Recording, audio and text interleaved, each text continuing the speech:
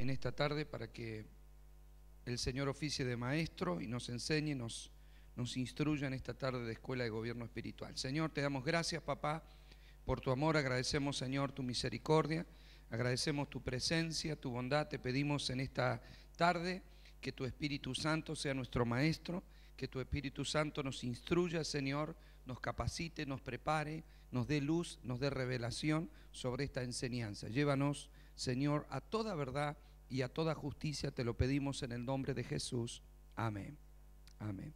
En esta tarde de Escuela de Gobierno Espiritual quiero compartirles una enseñanza que lleva como título el gobierno espiritual y la revelación redentiva. La idea es que la redención solo puede venir por medio de la revelación.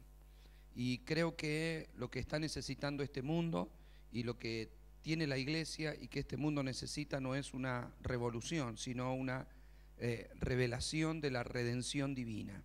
¿Sí? Parecen palabras similares y que pueden confundirnos, pero claramente son cosas diferentes, ¿sí? Digo que la redención solo puede venir por medio de la revelación. Y eso es lo que el mundo necesita, eso es lo que los corazones de las personas necesitan, y como van a ver ustedes, también es lo que la iglesia necesita. No viene por medio de la revolución, un cambio a nuestras sociedades. Podemos hablar de una revolución de cambio, podemos intentar que de alguna manera los pensamientos de Dios o los principios de Dios sean puestos por obra en la sociedad. De hecho, la iglesia de alguna manera ha peleado por eso o ha procurado que se honre los principios que Dios nos establece por la palabra para que tengamos sociedades mejores. Pero no es la forma es por medio de la redención. Y eso es el resultado de una revelación. A Cristo no se le conoce sino por revelación, ¿sí? Conocerlo a Dios es una revelación. Él abre nuestros ojos espirituales para que podamos entenderlo. Él nos da vida, Él nos trae convicción.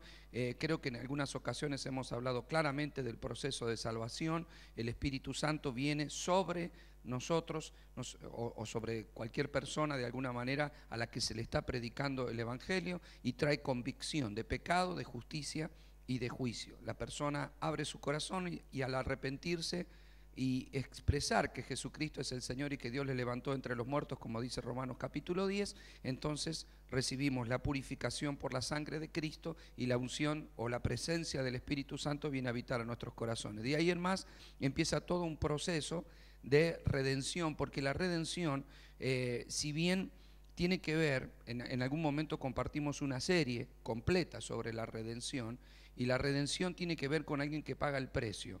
¿Sí? Es pagar una fianza, es comprar la libertad de un esclavo. Esa sería la definición más clara para que podamos entenderla. Entonces, la primera relación redentiva con Cristo es el aceptar, es el reconocer que somos pecadores y que eso nos condena y que al aceptar a Cristo, la sangre de Cristo nos limpia y entonces recibimos vida eterna. Pero la redención sigue siendo un proceso. ¿Por qué? Porque en primera instancia somos librados de la condenación eterna, pero tenemos que ser librados de nosotros mismos. Y a veces la cautividad de la mente o la cautividad del corazón o la cautividad que ha producido la cultura o la crianza en nuestras vidas es lo que aborta todo el propósito, lo que impide que podamos vivir en la bendición o que alcancemos la herencia a través de la maduración. A veces lo impide la cautividad que tenemos en nuestra propia mente.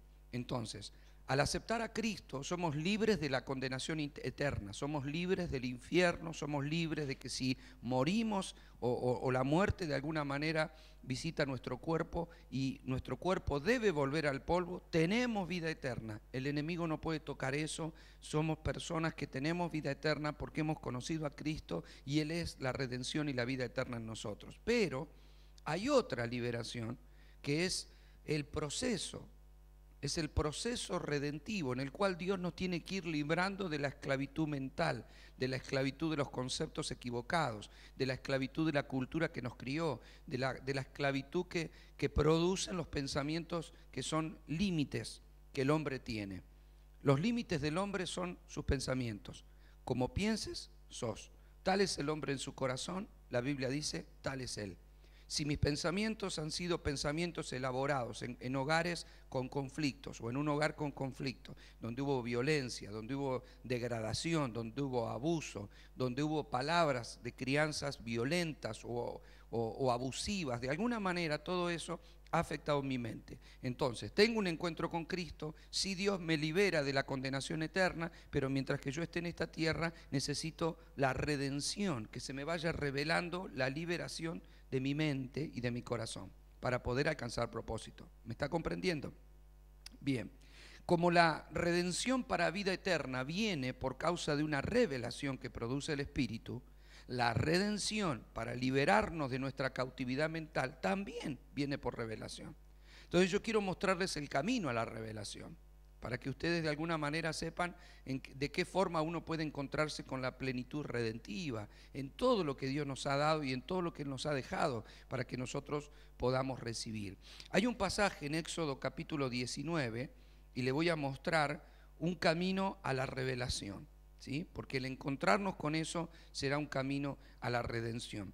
Dice Éxodo 19, el pueblo, le cuento el contexto en el cual ocurren estos hechos.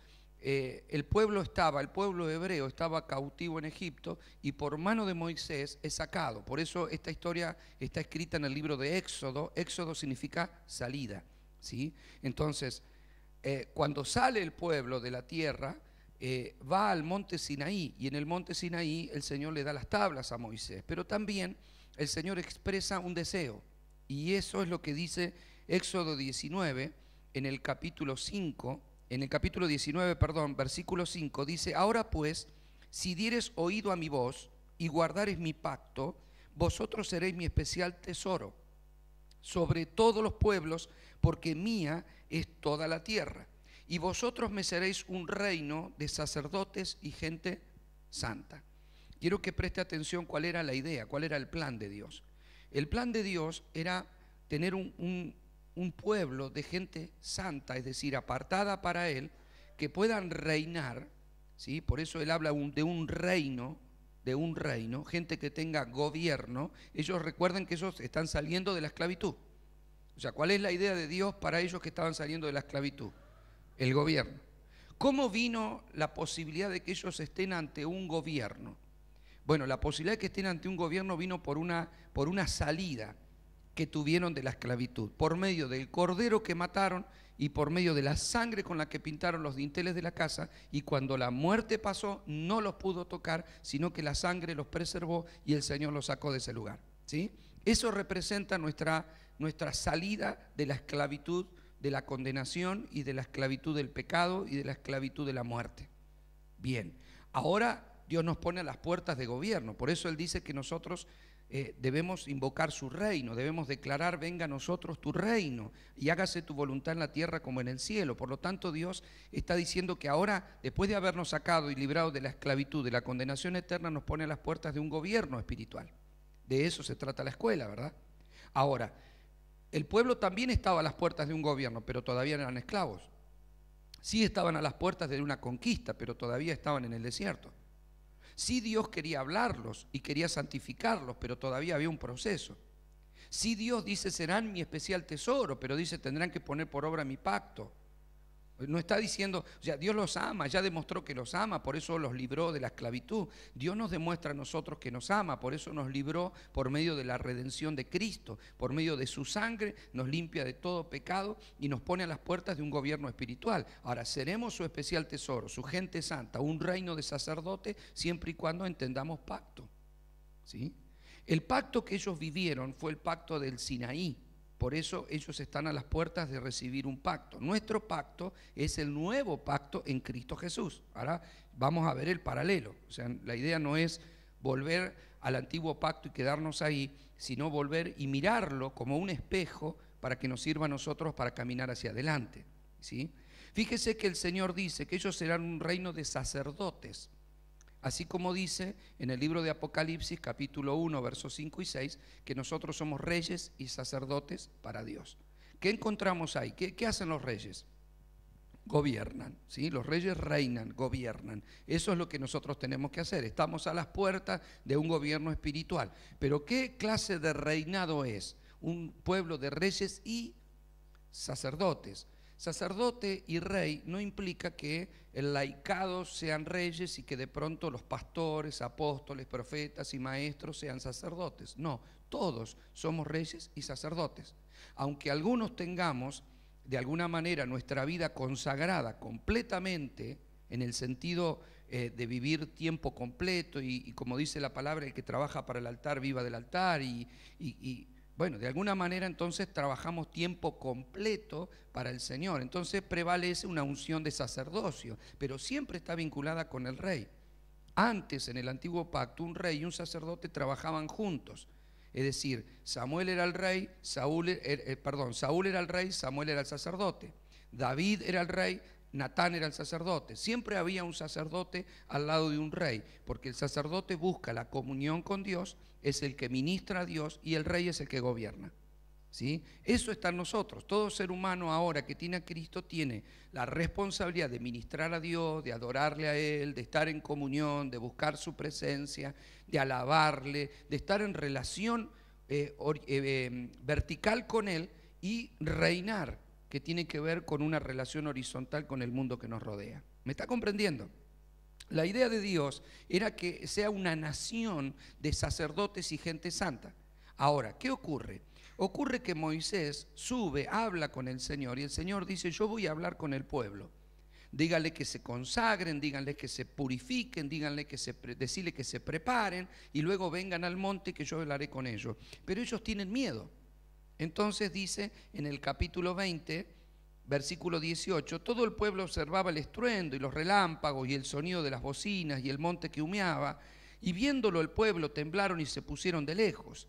Y dijeron a Moisés, habla tú con nosotros y nosotros oiremos, pero no hable Dios con nosotros para que no muramos. Y Moisés respondió al pueblo, no temáis, porque para probaros vino Dios y para que su temor esté delante de vosotros para que no pequéis. Es decir, no se puede ser sacerdote si no hay una relación directa con Dios. El sacerdote es el que tiene una relación directa con Dios. Pero el pueblo, ¿qué hizo? No quiso una relación directa. Le dijo a Moisés, no, habla vos, subí vos a hablar, entra vos a la presencia, metete vos. Entonces Dios establece el sacerdocio por medio de Aarón y de los levitas. Es decir, utiliza la tribu de Leví y utiliza a Aarón y a sus hijos para generar una rama sacerdotal, para hacer de alguna manera consagrar y santificar a un grupo de personas muy pequeño para que sean los que ministren a Dios. Entonces, de alguna manera, lo que Dios estaba diciendo era, yo quiero que todos tengan una relación conmigo. Ellos tuvieron miedo y dijeron, no, nosotros no. Moisés, el Señor dice, ellos quieren que yo hable con vos. Bueno, vamos a hacer una cosa, vos hablarás conmigo y va a hablar Aarón y van a hablar sus hijos, pero se van a consagrar, se van a santificar. Y les voy a dar un grupo de levitas, o sea, de una de las tribus, de la tribu de Leví, el grupo de personas para que sean sacerdotes y lleven el arca y lleven los utensilios y preparen los panes, santifiquen el lugar y que sean el nexo entre el pueblo y yo. Usted me entiende, ¿verdad? Es como si Dios hoy quisiera hablar con toda una congregación y la congregación dijera, no, que hablen con el pastor. Nosotros hablamos con el pastor habla con Dios. ¿Sí? Que de hecho ese concepto sacerdotal sí está metido un poco en la cultura nuestra. ¿Por qué? Porque muchos fuimos criados en la cultura católica, en donde de alguna manera, aunque no haya sido un practicante, como no lo he sido yo, pero de alguna manera fui bautizado en el catolicismo, siempre tuve ese concepto del sacerdote, el cura, ¿verdad? Sacerdote o cura, ¿qué es? El nexo entre los hombres y Dios. Los demás, hombre, ¿querés confesar algo a Dios? Tenés que hablar con el cura habla con Dios, el sacerdote. ¿Me está comprendiendo?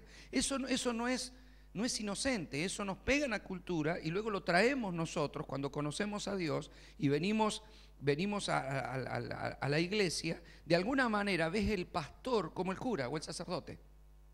Entonces, si tengo que hablar con Dios, es más fácil hablar con el pastor o es más fácil hablar con el sacerdote y no hablar directamente con Dios. Ahora, no digo que esté mal confesar una situación de pecado, pedir un consejo, ser ministrado, está bárbaro.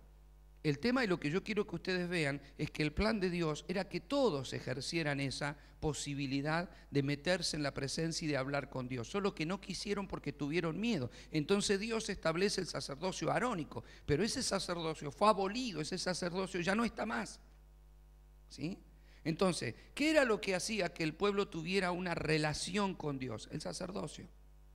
Los que entraban a su presencia. No había forma de saber lo que Dios quería, para dónde quería ir, cuál era el diseño del tabernáculo, cuándo Dios quería conquistar. No había forma de hablar con Dios si no era por medio de sacerdotes.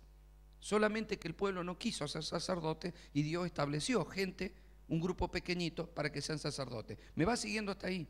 Libro de Deuteronomio, el 5.º libro de la Escritura, capítulo 5, si usted me acompaña. Es el mismo cuadro, el mismo pasaje, pero dice cosas muy interesantes. Verso 4 dice: cara a cara habló Jehová con vosotros en el monte, en el medio del fuego. Yo estaba entonces entre Jehová y vosotros para declararos la palabra de Jehová, porque vosotros tuviste temor del fuego y no subiste al monte. Eso lo dice Moisés, ¿sí? Y luego les habla de los mandamientos que el Señor le dio. Lo que le está diciendo es: yo subí al monte, yo estuve cara a cara con Jehová, quiso hablar con ustedes, pero ustedes no quisieron subir al monte, yo subí al monte y nos dio los mandamientos. Ahora fíjese esto, verso 22. Estas palabras habló Jehová a toda vuestra congregación en el monte, del medio del fuego, de la nube y de la oscuridad, a gran voz, y no añadió más. Y las escribió en 2 tablas de piedra, de las cuales me las dio a mí. Está hablando de los 10 mandamientos, ¿verdad?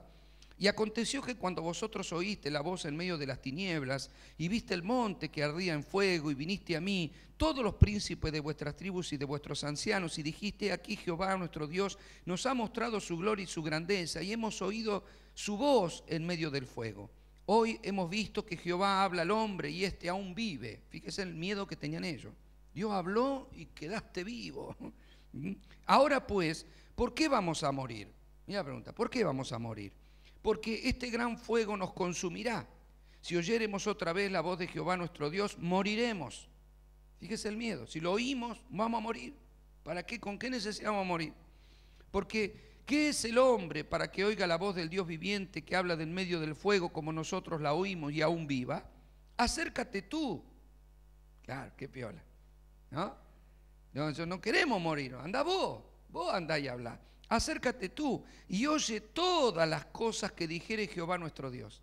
Oiga todo, que el Señor te diga todo. Pero yo no, o sea, no me pongas en riesgo a mí, o sea, subí vos, ¿sí? Después vení y me decís todo lo que Dios dijo. ¿Para qué nos vamos a andar arriesgando de gusto a todo, verdad?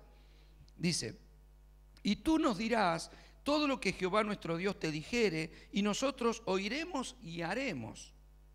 Y oyó Jehová la voz de vuestras palabras cuando me hablabas, y me dijo Jehová: he oído la voz de las palabras de este pueblo, que ellos te han hablado, bien está todo lo que han dicho. ¿Quién diera que tuviesen el corazón que me temiesen y guardasen todos los días todos mis mandamientos, para que a ellos y a sus hijos les fuere bien para siempre? Ve y diles: volveos a vuestras tiendas, y tú quédate aquí conmigo. Qué bárbaro, ¿no? Ahí es donde empieza una relación en donde Dios le dice a Moisés: vos quédate conmigo, yo voy a hablar con vos, tranquilo, vamos a hablar, nosotros vamos a hablar, ¿sí? Y dice la palabra que Dios hablaba con Moisés, y de alguna manera dice cara a cara, hablando de la forma frontal en la que ellos hablaban. Nosotros sabemos que en Éxodo 33 Moisés le pide a Dios primero que su presencia no se aparte, porque Dios había dicho: no, ya me tienen cansado, voy a mandar el ángel. Y dice: no, el ángel no, si no venís vos no vamos a ningún lado. Bueno, está bien, mi presencia va a ir. Entonces Moisés le dice: muéstrame también tu gloria. Le dice: escóndete en la peña, y lo puso en una piedra, tapó con la mano, y al pasar, ¿sí? Dice que Moisés pudo ver las espaldas de Dios. Imagínense que él bajaba con su rostro resplandeciente, es decir, no es que si no tenía una íntima comunión y llegó a ver la gloria del Señor, ¿sí? Todo porque tuvo ese acceso a su presencia, cosa que el pueblo no quería. Por eso el pueblo no pudo ser sacerdote, no pudieron ser un reino de sacerdotes, no hubo un reino de sacerdotes, porque uno solo, o sea, los sacerdotes era Aarón, los hijos. Recuerden que los hijos de Aarón entraron como sacerdotes con fuego extraño y salió fuego dentro de la presencia de Dios y murieron. ¿Recuerdan eso? Y que los levitas eran los que llevaban el arca y traían y bueno, y nada más, pero había que ministrar en el tabernáculo que Dios le había dado el diseño y Moisés que subía a la presencia del Señor para hablar cara a cara. El resto del pueblo no quiso saber más nada.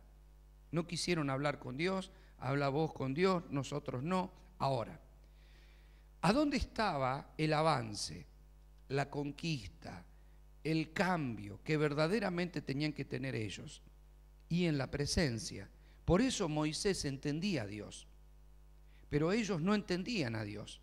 Por eso una generación murió en el desierto, porque fue una generación que fue ministrada, pero que no fue una generación que entró en la presencia.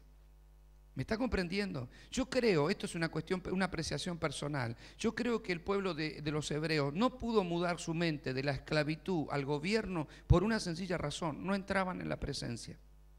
Entonces, cuando vos no entras en la presencia no hay revelación. Solo en la presencia hay revelación de Dios. Y cuando Dios se te revela tu verdad, la verdad, porque Él es la verdad. Se revelan los planes, se revela tu pecado, se revela, y eso creo que de alguna manera era lo que ellos pretendían no mostrar. Entrar a un grado de unción y de presencia de Dios trae revelación a tu vida. O sea, si una persona se está comportando de manera egoísta, de manera vil, mentirosa, de una manera desagradable, puede saberlo, puede conocer los versículos que de alguna manera desprecian lo que está haciendo, pero puede seguir actuando igual. Ir a la iglesia, cantar igual, congregarse igual, leer la Biblia, hablar de Cristo y aún comportarse mal. ¿Y por qué no cambia de acá? ¿Por qué sigue con la esclavitud mental? Porque puede escuchar que el pastor le ministra, puede recibir una imposición del mano del pastor, porque puede ser ministrado por los ministros de la iglesia, pero no tiene profundidad.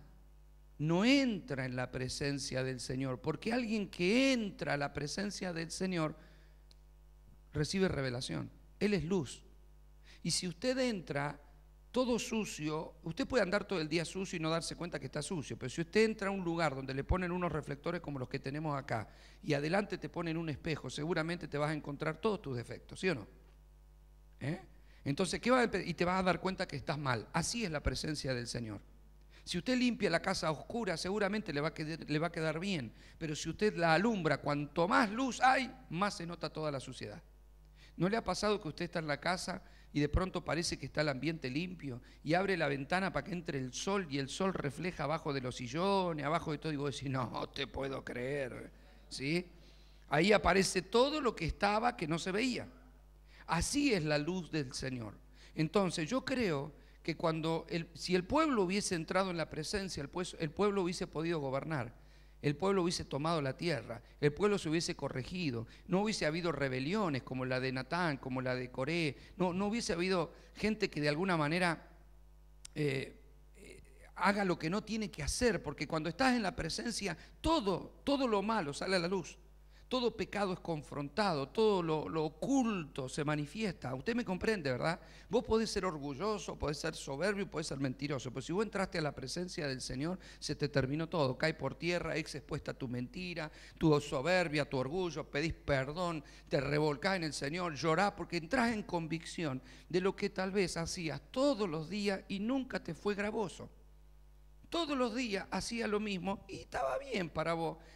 Bueno, Dios me sabe que yo soy así, ¿no? Es como que va. Ahora, el día que la presencia de Dios visitó tu vida, te reventó todos los esquemas, porque eso que vos considerabas que, bueno, yo soy así, Dios me entiende, no era así. Ante su santidad y ante su luz quedó expuesto. ¿Y qué viene luego de eso? Y viene el arrepentimiento.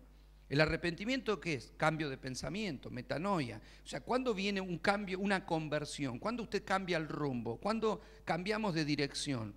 Y después que pensamos a pensar diferente. ¿Se da cuenta que redención de pensamiento viene por medio de la revelación? La presencia del Señor es la revelación. No puede haber revelación fuera del lugar santísimo. No puede haber revelación si no es en el monte del Señor. ¿A dónde recibió las tablas Moisés? En el monte. Pues por eso tuvo que ayunar y tuvo que meter, y tuvo 40 días para que él se... Pero ¿cómo bajó? ¿Por qué bajó con las tablas? ¿De dónde sacó las tablas? La idea de esa. ¿De dónde sacó las tablas? Y las tablas vinieron por una revelación. ¿De dónde viene la revelación del tabernáculo que Moisés tuvo que edificar? De la presencia, del monte. Pero y las especificaciones de todas las cositas, del lugar santo, de las telas, de la minorá, del pan. O sea, ¿de dónde vino todos esos detalles? De estar cara a cara con el Señor. ¿Me está comprendiendo? O sea, por eso Moisés pudo avanzar, corregir, juzgar a las personas. O sea, Moisés tuvo una actitud de ir adelante y un liderazgo efectivo por causa de estar en contacto y relación con Dios.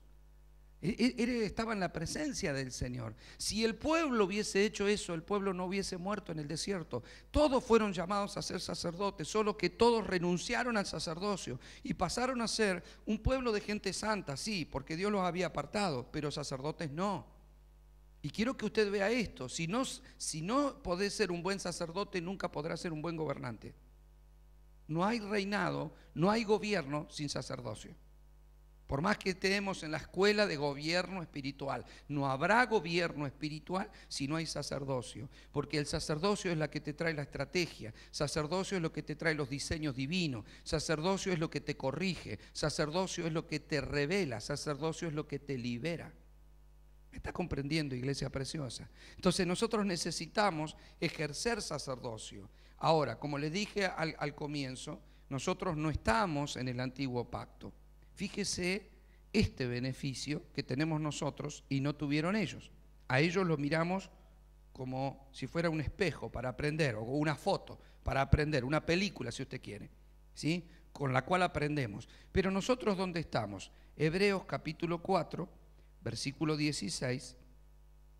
Fíjese nuestra ventaja. Dice el autor a los Hebreos: acerquémonos pues confiadamente al trono de la gracia para alcanzar misericordia y hallar gracia para el oportuno socorro. ¿Cuál es la diferencia entre el pueblo hebreo y nosotros? Que el pueblo hebreo tenía que santificarse, purificarse. Si yo le leo las especificaciones, el Señor le había dicho qué ropa tenían que ponerse, cómo tenían que lavarse, qué no tenían que hacer, no tenían que tocar, no tenían que estar con mujer, no tenían que... O sea, tenían un montón de cosas para santificarse y aún así llegar al borde del monte y no pasar eso. Desde ahí yo les hablaré, porque si alguno pasa ciertamente morirá. O sea, era imposible, era muy difícil. Fíjese que Moisés llegó al monte, a lo alto del monte, a recibir esa revelación por causa de un ayuno sobrenatural, un ayuno de agua y de comida, ¿sí? Para nosotros, hoy, mire qué simple, ¿no? No hay una voz de trueno, no hay oscuridad, no hay relámpagos, no hay algo como que Dios te hable. No, hoy dice, entra confiadamente al trono, porque es un trono de gracia, para hallar oportuno socorro, para entrar, porque todo el que, ahora, lo que el pueblo no podía hacer, nosotros lo podemos hacer. Ahora, usted no entra a la presencia como rey, usted entra a la presencia, el trono es el del rey. El rey es Dios. Usted sabe que Cristo es el Rey de Reyes y Señor de Señores, ¿verdad? Bien, Él es el que nos da acceso al trono del Rey de Gloria. Ahora, el Rey de Gloria es Dios, no nosotros. Yo no entro al trono de la gracia como rey, porque no es mi trono, es el trono de Él. Él es el Rey de Reyes. Nuestro reino, que no es de este mundo, tiene un rey que es nuestro rey. ¿Comprende? Entonces, yo no me acerco a un trono, yo me acerco al trono del Rey de Gloria. ¿Cómo me acerco? ¿Como rey? No, como sacerdote. ¿Me está comprendiendo? Yo no me acerco al trono como rey, yo me acerco al trono como sacerdote. Pero si yo me acerco al trono como sacerdote, yo podré ejercer mi reinado en la tierra. Es decir, un gobierno espiritual, gobierno de ambiente, gobierno en la familia, gobierno en la economía, gobierno en la ciudad. De eso estamos hablando. No hablamos de política, ¿sí? Como se conoce a nivel horizontal. Estamos hablando de lo espiritual. Lo espiritual debe entenderse espiritualmente. Así que espero usted me pueda estar entendiendo esto. Ahora, ¿por qué es tan importante entrar al trono de la gracia, entrar a su presencia? Usted va a decir, bueno, ¿dónde está el altar de Dios? En nuestros corazones. ¿A dónde tengo que ir para entrar al trono de la gracia? Es meterme en el Espíritu y poder entender. Meterme en el Espíritu no es salirme de mí ni zambullirme, no, es poder de alguna manera encontrar quietud e ir más allá de mi carne, e ir más allá de mi alma. Porque en el Espíritu está el trono del Altísimo. ¿Me está comprendiendo? Y usted sabe que a través de nuestro trabajo, de la actividad, de las cosas, andamos en lo superficial. No dejamos de ser espíritu, somos espíritu. Pero cuando uno se aquieta, se aparta, fíjese que santidad tiene que ver con apartarse. Cuando nos apartamos del bullicio, de la casa, del trabajo, de las cosas, hacemos silencio y empezamos a sumergirnos con Él en relación, en adoración, nos empezamos a acercar. Si usted mira el tabernáculo, yo no quiero entrar en esto ahora, pero si usted mira el tabernáculo es el diseño de cómo ellos entraban hasta el lugar santísimo, para que usted sepa cómo nosotros también podemos entrar. Es un proceso.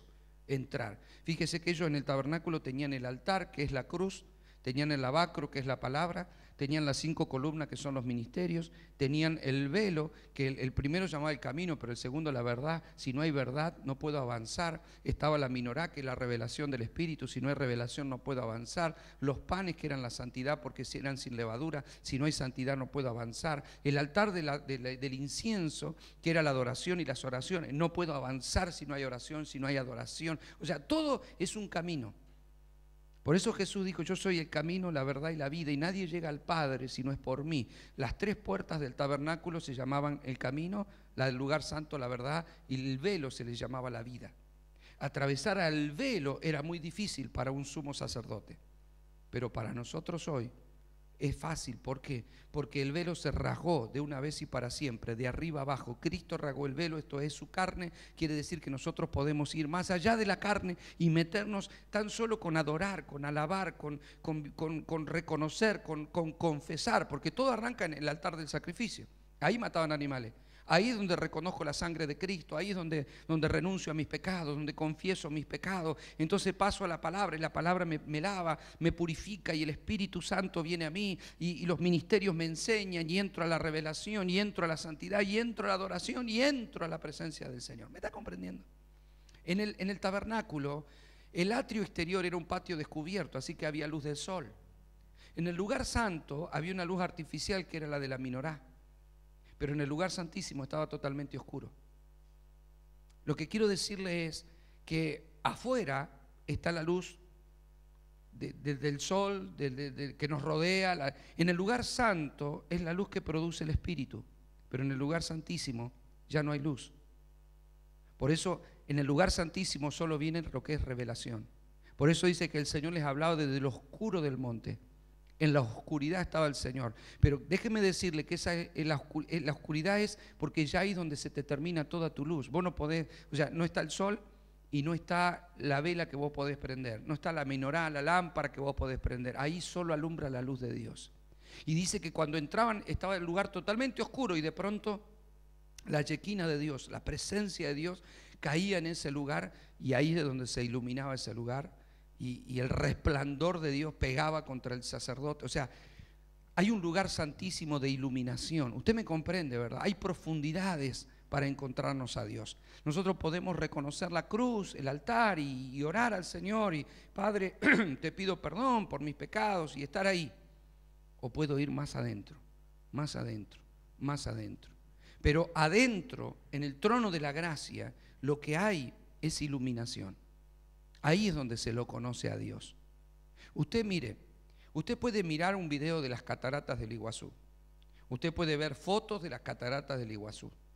Yo le voy a decir una cosa: yo desde que era chico vi en la televisión, vi películas, vi muchas fotos de las cataratas del Iguazú.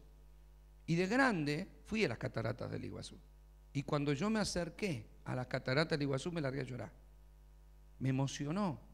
Tal vez si no conocía a Dios y la hubiese visto, yo digo, qué lindo, ¿no? Pero el conocer a Dios y la majestad de su creación, o sea, ver lo que vi, yo me emocioné, me largué a llorar. ¿Sí? ¿Por qué? ¿Por qué nunca me largué a llorar con una foto? ¿Por qué nunca me largué a llorar con una película? Si de última me mostraban lo mismo, porque era toda información, pero yo la conocí el día que la vi. Pero fue un conocimiento diferente, un conocimiento mucho más profundo. Y ahí es donde te viene una revelación. Entonces cuando alguien me dice, y las cataratas, mira, tenés que ir. Si te quiero decir lo que es, la verdad, es una de las 7 maravillas del mundo. Si te tengo que explicar, no te puedo explicar, tenés que ir. El día que la veas te vas a dar cuenta de lo que te digo. O sea, hay un conocimiento que es presentado, que es expuesto, que es exhibido, que te puede llegar, pero no te va a llegar a lo profundo. Yo te puedo hablar de la santidad de Dios, te podés escuchar un sermón acá, podés escuchar un sermón en enlace, podés leer los libros, podés leer versículos de la Biblia que hablan de su santidad, pero cuando vos entras en su presencia se terminaron todos los argumentos. Ahí es donde la ves.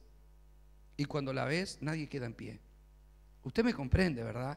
Hay un conocimiento profundo. Y mire, en la Escritura, el conocimiento, le quisiera mostrar 2 definiciones de la palabra conocer que están en la Biblia.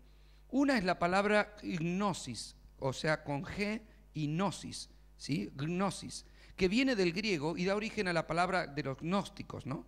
Es el conocimiento que describe esa palabra y no produce nada. Gnosis no es más que la acumulación de datos o información.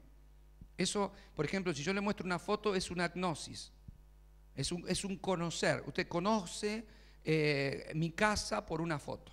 Usted conoce Catamarca por la foto que le mostré. ¿Me comprende, verdad? Ahora, hay otra palabra que se utiliza en la Biblia, que es la palabra epignosis. La palabra epignosis es el conocimiento que se debe experimentar. Explica tener intimidad con una persona para llegar a conocerla. Es decir, es la palabra que se usa incluso para hablar de una relación sexual en el matrimonio. Cuando habla que Adán conoció a Eva, lo que está hablando, no está hablando de que la conoció, ¿qué tal? ¿Cómo te va? Un gusto conocerte. Así nos podemos conocer, ¿verdad? Pero usted sabe que en una relación de amor la intimidad es otra. Usted no anda conociéndose íntimamente con cualquiera. O sea, la idea es que solo alguien va a llegar a la profundidad de ese conocimiento. En la intimidad, en el secreto, hay que llegar más allá de un cafecito. Usted me comprende, ¿verdad? Entonces es un conocimiento profundo cuando hay un conocimiento superficial. Hay pasajes en la Escritura, como San Juan 17:3, donde dice, esta es la vida eterna, que te conozcan a ti, al único Dios verdadero y a Jesucristo, a quienes has enviado. Esa palabra, que te conozcan a ti, es la palabra epignosis. Yo cuando era chico me hablaban de Cristo. Yo de hecho iba a la iglesia católica y miraba el Cristo que estaba crucificado, tenía una medallita con el Cristo, tenía un póster así con la cara de Jesús. Yo conocía la historia, yo de chiquito miraba las películas de Jesucristo. Yo sabía, había visto los pesebres vivientes, pero mi conocimiento era gnosis, pero no era epignosis. Usted me comprende, ¿verdad? Era un conocimiento superficial, pero no era un conocimiento revelado. No había revelación, había conocimiento. Entonces, ¿qué había? No había cambio. Yo me acuerdo que yo me revolcaba en el pecado, pero tenía una cadenita con la carita de Jesús, muy bonita, ¿sí? Tenía la carita de Jesús con la corona de espinas y era hermosa, pero yo me revolcaba en el pecado. ¿Por qué no había cambio? Porque yo tenía el conocimiento. De hecho, cuando tenía que hacer algo o emprender algo que de pronto implicaba necesito que me ayude, besaba la cadenita, besaba la medallita. Eso lo hace mucha gente, ¿verdad? Usted va a ver un jugador de fútbol que se persigna ante tirar un tiro libre. Ahora hay que ver si en su vida logra cambiar. No, él sabe que necesita ayuda, sabe que la cruz representa a Cristo, sabe que necesitamos de Dios, sabe que Dios existe, pero es gnosis, no es epignosis. Usted comprende, ¿verdad? Es conocimiento, pero no es revelación. Ahora, mire otro pasaje. Efesios capítulo 3, versículo 18 dice, para que seáis plenamente capaces de comprender con todos los santos cuál sea la anchura, la longitud, la profundidad y la altura, y de conocer el amor de Cristo que excede todo conocimiento, para que seáis llenos de toda la plenitud de Dios. Ahí está en ese pasaje las dos palabras. Ahí dice, para que sea plenamente capaz de conocer el amor de Cristo que excede todo conocimiento. Conocer que excede el conocimiento. ¿Cómo puedo conocer de manera que exceda el conocimiento? O sea, parece que no funcionara, ¿verdad? ¿Qué es lo que dice ahí? Ahí lo que dice es, para que pueda epignosis, el amor de Cristo que excede a toda gnosis. Usted comprende, ¿verdad? Para que se te pueda revelar el amor de Dios, porque eso excede todo conocimiento superficial que la gente tenga. Eso sería la definición del versículo. ¿Me está comprendiendo? Hay un conocimiento superficial de versículos, de libros, de prédicas, de cosas, porque usted piensa que de alguna manera si estamos en este ámbito y estamos en la iglesia es porque nosotros ya se nos reveló el Señor. Sí, pero si se nos tuviéramos revelación de todas las cosas, de ese proceso redentivo que yo le hablo, estaríamos funcionando en esa dimensión. Y hay muchas cosas que todavía en nuestra mente no han sido liberadas. Todavía podemos tener problemas profundos con nuestro carácter, con nuestra vida, con nuestra familia, con nuestra economía, con nuestra... Es decir, me refiero a nuestros actos hacia esa gente, a nuestra familia, a nuestros actos. Y yo sí, soy un cabezaduro para administrar, soy un desastre. Sí, con mi familia yo creo, genero cada conflicto, ve mi carácter. O sea, a veces lo tenemos en la iglesia, a veces las limitaciones para servir a Dios, para funcionar, para alcanzar cosas. Todas esas limitaciones, todos esos problemas de carácter, todos esos problemas de administración, de mayordomía, de todo lo que a usted se le puede ocurrir, usted puede saber todas las respuestas. Usted puede tener toda la gnosis. No, yo sé que a Dios no le gusta. Sí, no, yo sé que está mal. Y yo sé que soy así. Y yo sé que tengo que cambiar. Y yo sé, porque tiene la gnosis, pero no tiene la epignosis. No tiene la revelación. Que esa revelación se consigue en el sacerdocio, en la presencia del Señor. O sea, decimos, yo te pido que me reveles. O sea, le dice, yo te pido que vos vengas a mi presencia. Porque yo voy a venir a mi presencia, tenés la revelación abierta. O sea, yo te digo, vení con confianza. Tranquilo, o sea, acércate. Nosotros, Señor, acércate a mí y dame la revelación. No, eso es cómodo. Eso es como decirle a Moisés, Señor, manda. O sea, como le decía al pueblo, Señor, que venga Moisés y me diga por dónde ir. Eso es como esperar a un profeta para que te diga lo que vos no querés saber en la presencia. ¿Por qué? ¿Y por qué es más fácil que un profeta me hable? Que alguien que de pronto sea un sacerdocio, un canal entre el Espíritu Santo y mi persona, ¿sí o no? Nos pasa todo. Entonces, ¿qué espero? Y espero que venga alguien y me diga, sí dice el Señor, bueno, qué bueno, espectacular, se me acomodó la vida. ¿Y por qué me lo tiene que decir Moisés? O sea, ¿cuál era la idea de Dios? Que yo pueda tener una vida profética. ¿Está mal entonces que haya profetas? No, pero no puedo depender de eso. ¿Me está comprendiendo? No puedo depender de la revelación de otro. No puedo depender de la unción de otro. Y sí, necesito que me oren, necesito que me unjan, necesito que me impulsen, necesito que me ayuden, necesito que me den plata, No, gobierno espiritual es conquista. No, usted no puede depender de la unción de otro, de la revelación de otro, de la profecía de otro, de la gracia de otro, del ministerio de otro. Está bien que todos al convivir como miembros del cuerpo de Cristo nos nutrimos uno a otro, pero eso no significa que de alguna manera tengas que ser un miembro inactivo, dependiendo y diciendo, yo estoy en el cuerpo, pero total las funciones vitales son las de otro. No, esa no es la idea de Dios. Todos debemos ser reyes y sacerdotes, pero no hay gobierno si no hay sacerdocio. ¿Me está comprendiendo, iglesia preciosa? En el sacerdocio hay revelación y la revelación lo primero que trae es redención a nuestra vida. Yo les hablé muchas veces del poder de la resurrección. Eso funciona por causa del poder redentivo, de la revelación. Si no hay revelación, no hay acceso a esas cosas. Mire, todos sabemos cómo de alguna manera Cristo murió en la cruz del Calvario por nuestras vidas. Pero le voy a mostrar, aunque nosotros conocemos esto, en la profundidad estas cosas se nos tienen que revelar. Porque todos sabemos que Cristo fue a la cruz y murió por nuestros pecados. Pero el día, yo no sé usted, pero el día que a mí se me reveló el perdón, o sea, el día que se me reveló que la sangre de Cristo me limpió de todo pecado, para mí fue... O sea, no lo puedo explicar. No significa que otros tengan que tener ese sentimiento y exteriorizar, sino yo estoy hablando de una revelación. Yo pude ver mi condición y vi la gracia. Pasaron meses y yo le seguía diciendo al Señor, perdóname, Señor, perdóname. Era tal la convicción que tenía y que no, o sea, era tan maravilloso lo que en un momento determinado Dios me dijo, basta, créeme que te perdoné. Pero era una cuestión de que a mí se me abrió el entendimiento de esa... Ahora, fíjese que si eso mismo ese mismo accionar, esa revelación, se va produciendo en nuestra vida. Todas las cosas tienen que entrar en el campo de la redención.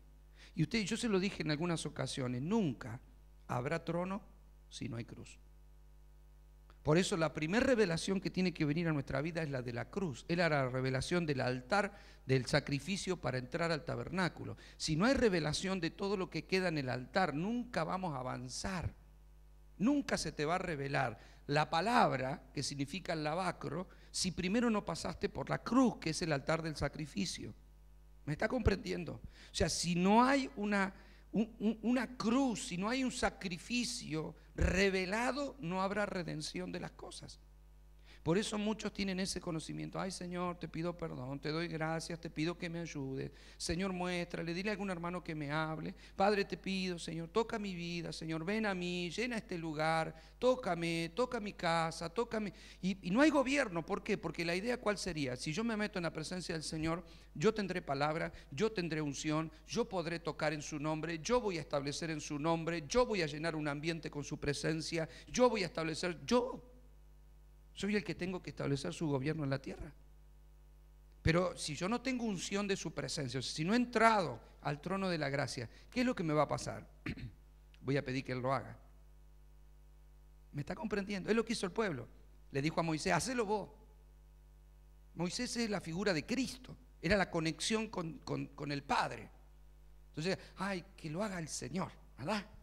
Que lo haga Él, que toque Él, que hable Él, que la gloria sea de Él, la honra sea de Él. Vos sos el sacerdote, te honramos, te bendecimos, te obedecemos, todo lo que vos decís nosotros haremos.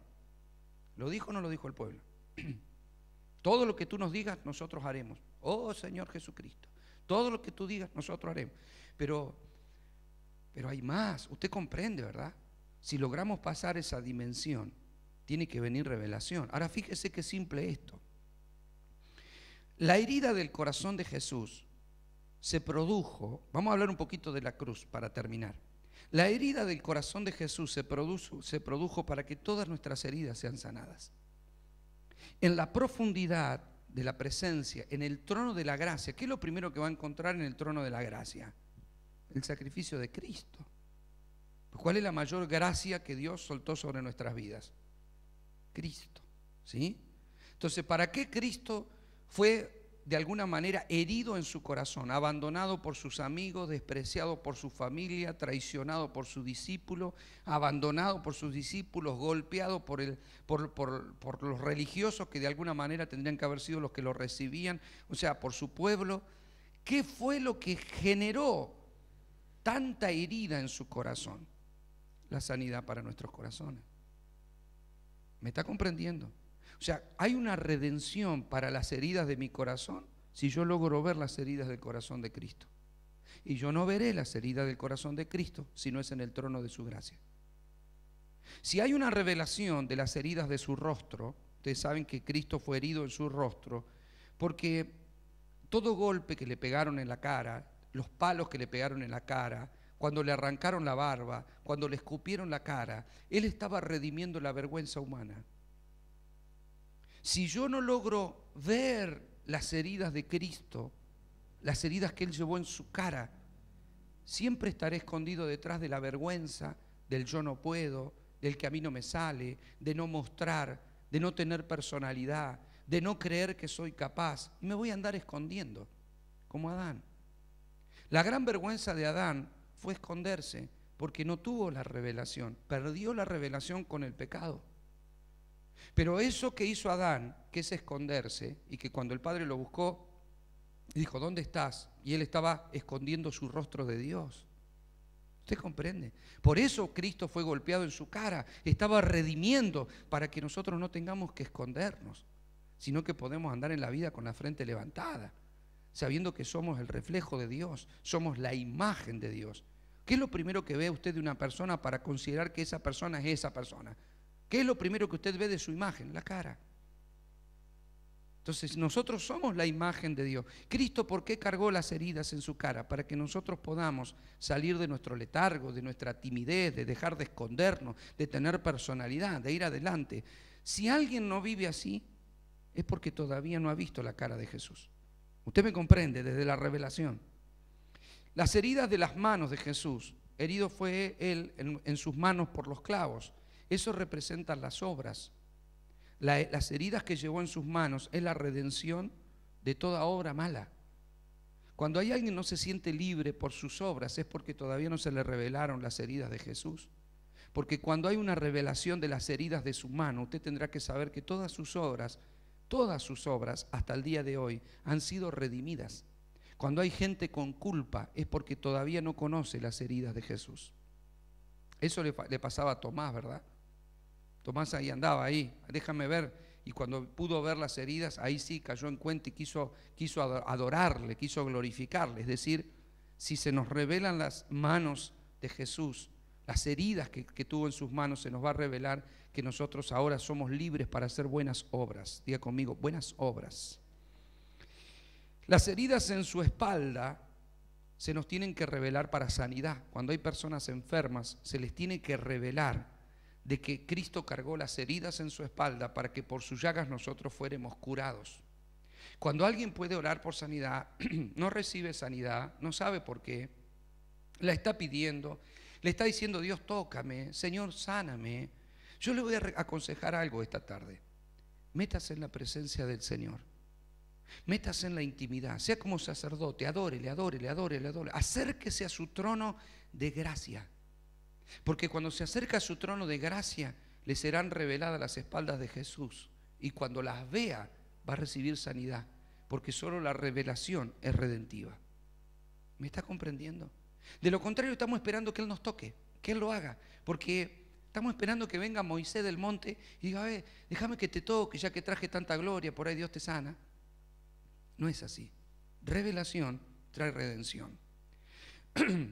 Las heridas de su costado son las heridas que tienen que ver con sanar a las mujeres, ¿sí?, a la iglesia, a la figura de aquella compañera, ¿sí? Recuerdan que Adán fue sacado y fue tomado del costado de Eva, y que en la maldición, cuando el Señor maldice la tierra, maldice la serpiente y maldice la mujer, con dolor en su preñez y con que estará sujeta bajo el ala de su esposo, de alguna manera viene toda una redención a través de las heridas del costado.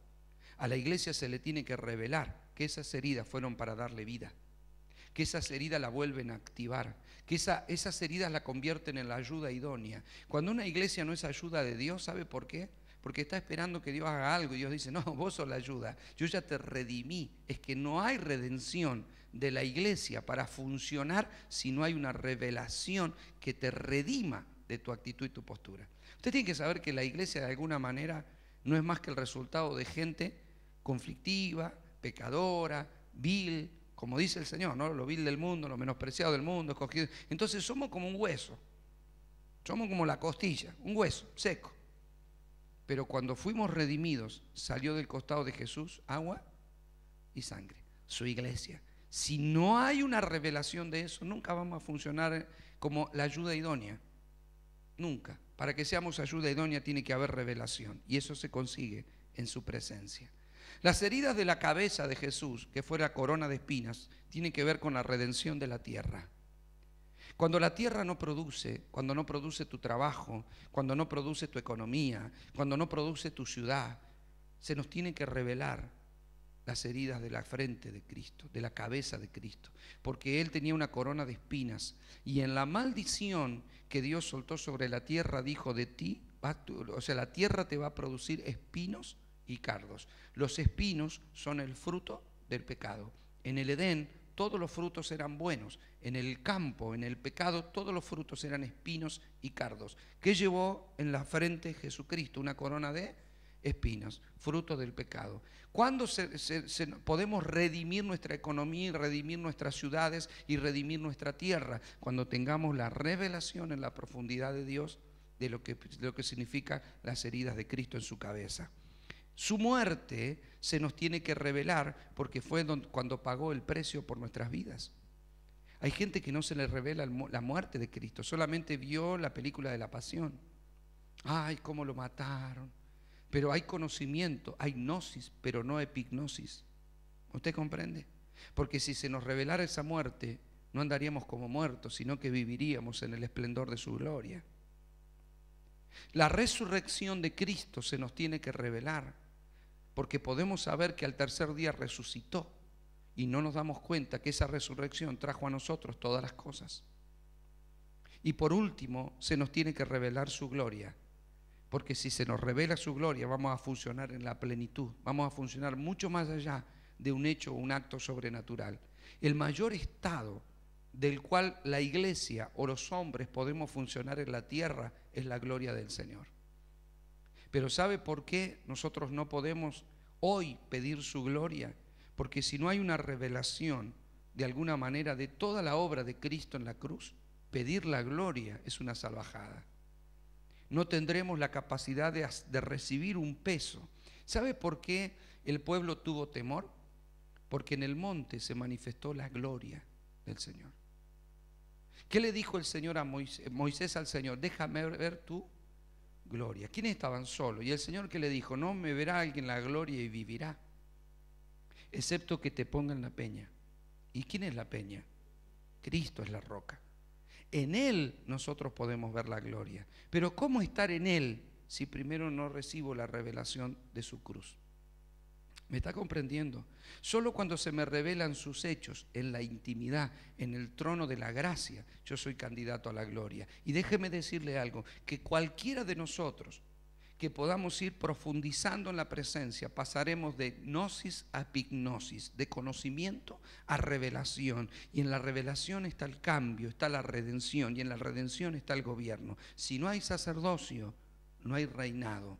Si no hay ministración a Dios, si no hay intimidad con Dios, tampoco habrá gobierno espiritual. ¿Me está comprendiendo, iglesia preciosa? Vamos a orar. Señor, te damos gracias, papito, en esta tarde por tu amor. Agradecemos, Señor, tu misericordia, agradecemos tu presencia, agradecemos tu bondad y el sacrificio de Cristo en la cruz del Calvario. Te pedimos, Señor, que cada uno de nosotros en tu trono de gracia encontremos la revelación necesaria que redima nuestra mente, nuestro corazón, nuestras obras, nuestras acciones, nuestra manera de actuar y de vivir. Porque de alguna manera, Señor, queremos encontrarnos con el gobierno y la autoridad necesaria para establecer tu reino en esta tierra. Y no podremos hacerlo si no ejercemos nuestro sacerdocio. Por eso, papito, te pedimos en el nombre de Jesucristo que tú nos ayudes, que tú nos capacites, que tú nos traigas convicción, que tú nos traigas epignosis, revelación, Señor, de tu gracia y de tu amor. Te damos gracias en el nombre de Jesús. Amén. Amén.